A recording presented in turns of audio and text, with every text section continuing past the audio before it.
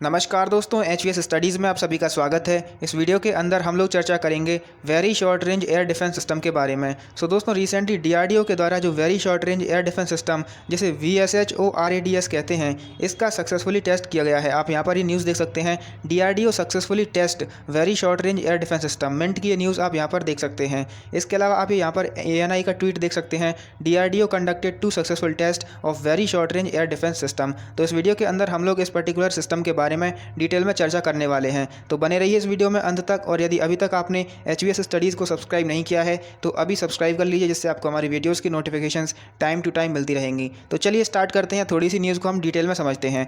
तो डीआरडीओ के द्वारा एक टेस्ट किया गया है जिसके अंदर जो very short range air defence system है, इसकी 2 फ्लाइट का टेस्ट किया गया है और दोनों के दोनों जो टेस्ट हैं वो सक्सेसफुल रहे हैं। अब ये जो टेस्ट हैं ये किए गए हैं उड़ीसा के कोस्ट पर स्थित चांदीपुर इंटीग्रेटेड टेस्ट रेंज से। आमतौर पर इंडिया के अंदर जितने भी मिसाइल टेस्ट किए जाते हैं वो इसी रेंज के किए जाते हैं। ज़्यादातर टेस्ट की मैं यहाँ पर बात कर रहा हूँ। अब दोस्तों, ये very short range air defence system है क्या? तो अगर मैं आपको बिल्कुल सिंपल लैंग्वेज में बताऊं तो जो एयर डिफेंस सिस्टम, जैसा कि इसके नाम से ही पता चल रहा है कि ये एक एयर डिफेंस सिस्टम है। मतलब कि यदि हवा में कोई एयरक्राफ्ट आता है और अटैक करता है तो उसको डिस्ट्रॉय करने में ये हमारी सहायता करने वाला है। अब इसको इंडिजिनसली डेवलप किया गया है इंडिया के द्वारा ही, क्योंकि डीआरडीओ इंडिया की संस्था है। इसको डेवलप करने का श्रेय जाता है डीआरडीओ के जो रिसर्च सेंटर इमारत है जो कि हैदराबाद में स्थित है, उसने इसको डेवलप किया है। इसके साथ में डीआरडीओ की कुछ और भी लेबोरेटरीज़ हैं और कुछ इंडस्ट्रीज़ के द्वारा मिलकर इसको बनाया गया है।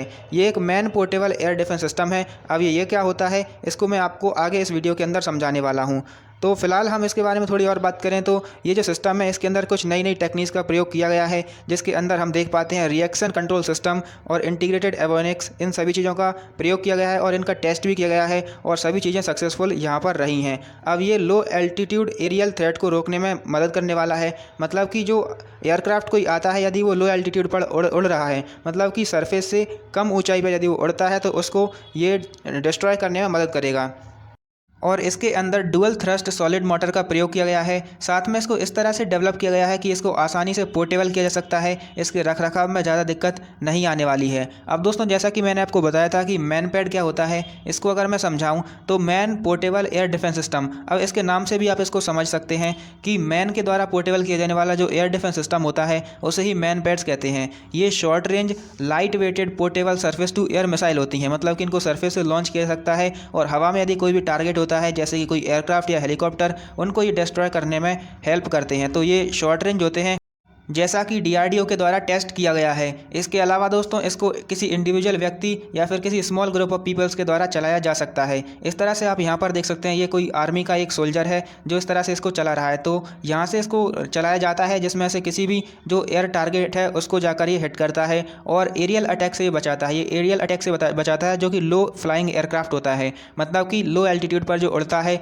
कोई भी एयरक्राफ्ट या हेलीकॉप्टर, मतलब सरफेस से कम ऊंचाई पर यदि वो उड़ता है तो उससे बचाने में ये हमको सहायता प्रदान करता है। तो ये होता है मैनपैड सिस्टम। इसके अलावा दोस्तों, इसको पहली बार सोवियत यूनियन और यूनाइटेड स्टेट के द्वारा बनाया गया था 1960s के जो दशक में।